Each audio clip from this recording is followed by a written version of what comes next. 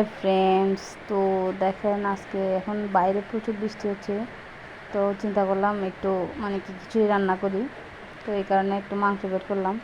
আজকে একটু মাংস দিয়ে রান্না করব, মানে তেহেরির মতো আর কি, ডাল চাল সব একসাথে মাংস টাংস দিয়ে। তো আগে আমি মাংসগুলো ভালো করে কষাবো। এখানে হচ্ছে কি আমি সবগুলো দিয়ে আগে ইয়ে করে রাখছি, একটু রেস্টে রাখছি মাংসটা। এরপর হচ্ছে অনেকক্ষণ পরে পরে মাংসগুলো একটু কষিয়ে নিছি। কষানোর পরে আমি কিন্তু মানে কষানো অবস্থায় মানে চাল আর ডাল আর কি একসাথে রাখছি, ধুয়ে ওগুলো দিয়ে দিব। ওগুলো দিয়ে এরপর হচ্ছে অনেকক্ষণ কষাবো ভালো মতো, তারপর হচ্ছে গিয়ে একবারে আবার বসাই দিব কুকারে আর কি।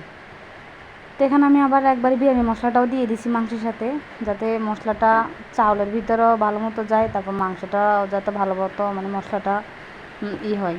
তো এই জন্য দেখেন একটু মশলাটাও দিয়ে দিতেছি। তো হচ্ছে কি এখানে মশলাটা একবার দিয়ে দিছি, এখন হচ্ছে আমি চাউল দিয়ে দিব। চাউলগুলো ভালোভাবে ধুইতে হবে। আসলে এখনকার চাউলগুলো মানে প্যাকেটের চাউলগুলো মনে হয় জানি কেমন ভিতরে। তো এই কারণে আসলে বিরিয়ানির চালগুলো একটু ভালোভাবে আমার মনে হয় ধুইতে, অনেকে দেখি না ধুয়েও দিয়ে দেয়, আমি আসলে পারি না ওটা, আমি ধুয়েই দিই। তো এখানে চাউলও দিছি ডালও দিছি একসাথে আর কি, মানে তেহেরি রান্না করবো আজকে, বিরিয়ানি না, মানে এক কথায় আর কি, সবগুলো মিক্স।